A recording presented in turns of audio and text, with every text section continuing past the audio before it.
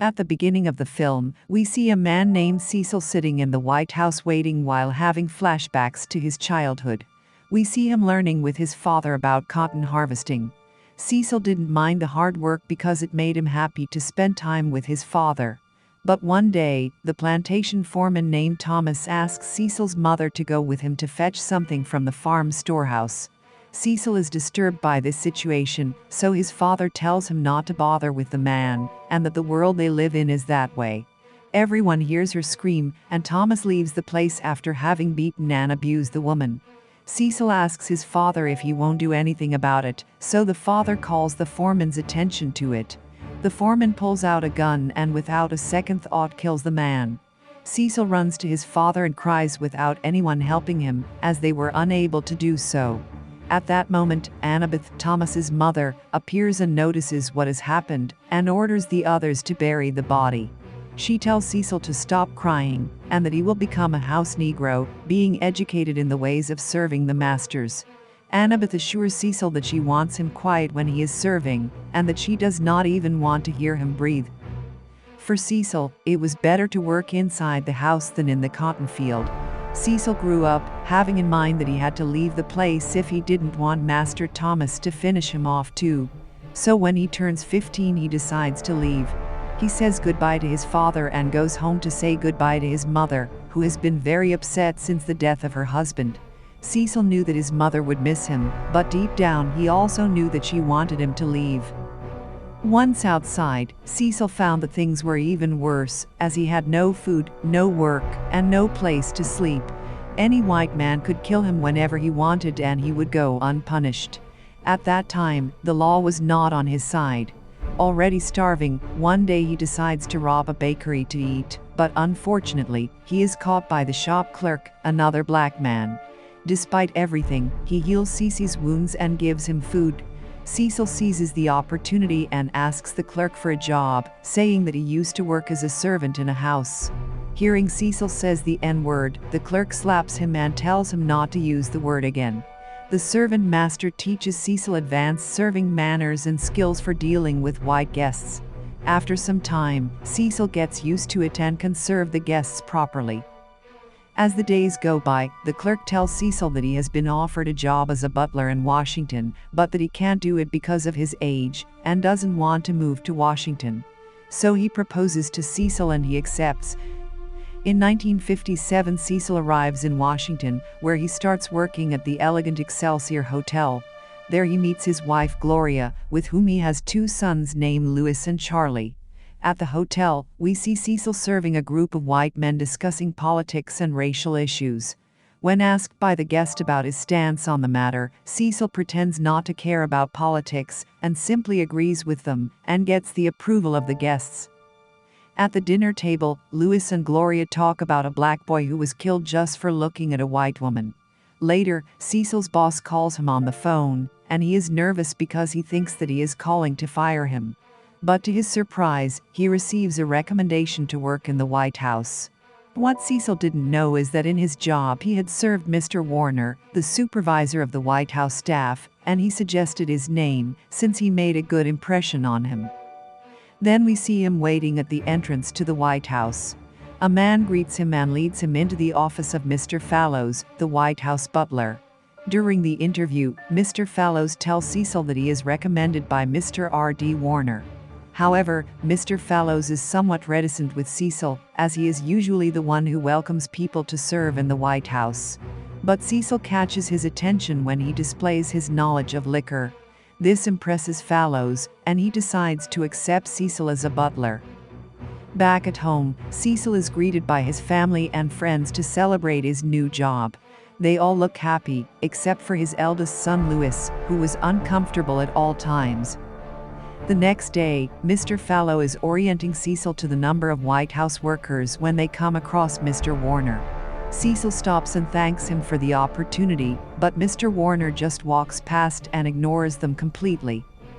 Afterward, he starts work at the White House as part of a group of 6 butlers, including the head butler named Carter Wilson, and his partner James Holloway, who is second in command. They teach Cecil how to work without seeing or hearing anything. Before serving his first breakfast to the president, Cecil enters and listens as the president, the chief of state, and the attorney general talk about whether or not to send the National Guard into the South to enforce the law and allow black children to attend classes with white children. But the president fears they will start a civil war. Later, when Cecil arrives home, he sees that Lewis is hiding something from him. He asks his son if it's about the young black boy killed by whites just for looking at a white woman. The son tells him that he wants to see the conference about it, but Cecil strongly objects. However, Lewis stands his ground and lets his father know that the murdered young boy could have been him. The next day, the president asks Cecil if he studied, to which he replies that he didn't, and that he grew up on a cotton farm. The president also asks him if he has children, and he says yes. He then continues to ask him if they attend schools for colored people, and Cecil nods. At that moment, the head of state arrives and they decide with the president to finally send the troops south, as a governor is preventing young blacks from going to schools. Cecil says that it was the first time he had ever seen a white man risk his life for blacks. He also tells Lewis that the president would make things better for black people. As time passes, Lewis graduates from school and prepares for college. This worries Cecil because his son will go to university in the South. However, Gloria claims that the South is not what it used to be, and that things have changed from when Cecil lived there. Back at work, the employees are visited by Vice President Richard Nixon, who asks them to support him in his next run for the presidency and not to support the Kennedys. He then asks the workers about their concerns, and none of them speak until James gets up the courage to tell him that they earn 40% less than white butlers. In addition, it is more difficult for them to get a promotion. The vice president in response tells him to tell the others to support him, and he will see to it that they earn a fair wage once he becomes president. In 1960, Lewis meets Carol in college, a girl who attends meetings of students fighting for civil rights. These groups prepare for peaceful resistance against racism. They even attack each other so that, in case of a real situation, they can put up with the aggressors without responding violently, trying to follow Gandhi's example. Once prepared, they start their struggle by going to restaurants where they sit outside the black area. They put up with people and waiters who do not want to serve them. The white people in the place were outraged by this and some of them left. Others start attacking them. Not agreeing to move, the harassment worsens, and although people begin to hurt them, they show no reaction and no response. However, one man splashes hot coffee on Lewis's face, making him scream in pain. Then they are arrested by the police while the people who attack them applaud. Cecil sees the news of his son's arrest and attends court where he is given 30 days in jail. Cecil explains to his son that if he continues like this he could be killed, but Lewis replies that if he can't sit where he wants he would rather die. In 1961, the new President Kennedy arrives at the White House, and he and his family are greeted by the Butlers. Then, upon arriving home, Cecil argues with his wife because he has no time for them and spends too much time working. Meanwhile, Lewis and his companions board one of the Freedom buses shared by whites and blacks to demand the end of segregation. However, the bus is stopped by an angry mob of people who smash the windows and set the bus on fire. Cecil and Gloria listen to the news, not knowing whether their son is dead or alive until the phone rings. It's Lewis, and he tells them that he will be imprisoned for 3 months, but that when he gets out he will continue to fight again and raise his voice. Then we see that the marches and demonstrations are already spreading across the country, with many people arrested. President Kennedy tells Cecil that he knows his son is one of the Freedom Riders, and that he is in jail. Cecil asks him if he knows how he is, to which Kennedy replies that he is probably beaten, but he must be used to it because, as his file shows, he has been arrested 16 times in the last 2 years. Mobilized by all that had happened in the country, Kennedy tried to promote a campaign against racial segregation. Unfortunately, shortly afterward, the president is assassinated in the middle of a large crowd of people. Cecil recalls that President Kennedy's wife refused to take off her bloodstained clothes so that everyone could see what had been done to her husband. Back home, Cecil realizes that his wife is unhappy and he has neglected his family. So he decides to cut back his schedule at the White House to spend more time with them. In 1964, after President Kennedy is assassinated, Lyndon Johnson takes office as president. During his tenure, Cecil hears him talk about the fight for voting rights. Then comes the notorious Bloody Sunday. A group of black people is attacked by the police, and that event helped to speed up the passage of the voting rights idea. In the same year, the Vietnam War breaks out and there are protests all over the country saying no to the war. In 1968, Lewis talks to Martin Luther King, a civil rights activist. At a very young age, he organized and carried out various peaceful activities demanding voting rights and non-discrimination, and other civil rights. They talk about the importance of the work of black staff, asking Lewis not to be ashamed of his father's work. King states that black domestic help is important in their history because black domestics defy racial stereotypes by being good workers and very dependable. Unfortunately, soon after, Luther King is assassinated, which causes riots across the country. Cecil leaves trapped among the people who are protesting and scared of everything that is happening. The whole world is changing and he doesn't know where he belongs. Time passes, and Lewis goes to visit his parents with his girlfriend Carol. They talk about what happened to Luther King, and the young couple claims that it was Martin's philosophy what killed him.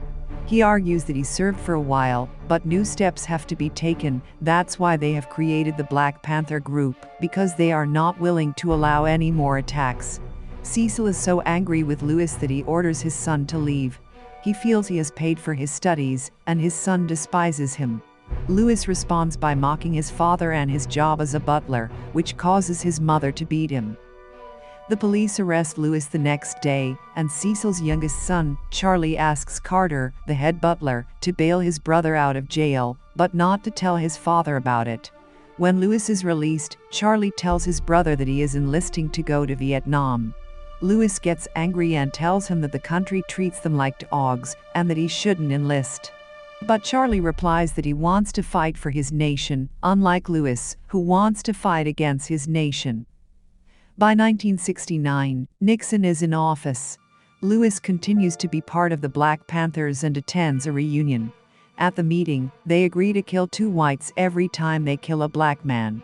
Lewis thought they were going to do community service and is not comfortable with the direction the organization is taking. He is unwilling to kill people, so he decides to leave the organization and his girlfriend Carol. President Nixon tries to boost black businessmen by attempting to win their votes. In order not to frighten white voters, he calls for an end to the Black Panthers. Soon after, news arrives that the police have wiped out 26 Black Panthers. Then, one night, Cecil and his wife Gloria enjoy dancing at home. Their son Lewis calls and Cecil thinks he is just calling to ask his mother for money, so he immediately hangs up. Just after that, 2 soldiers arrive at the house, and Cecil realizes what has happened. His son Charlie had died on the battlefield. In 1974, President Nixon tells Cecil that the Watergate scandal will come out, and he won't resign or give in. He then leaves the room and meets his son Lewis, who was in the kitchen telling Carter that he had finished his political science studies. But as soon as he sees his son, Cecil runs Lewis out of the room, as he is hurt that he didn't attend his brother's funeral. As the years go by, Cecil and Lewis still don't speak to each other. Meanwhile, Cecil continues to work for Presidents Ford and Carter before the arrival of Reagan.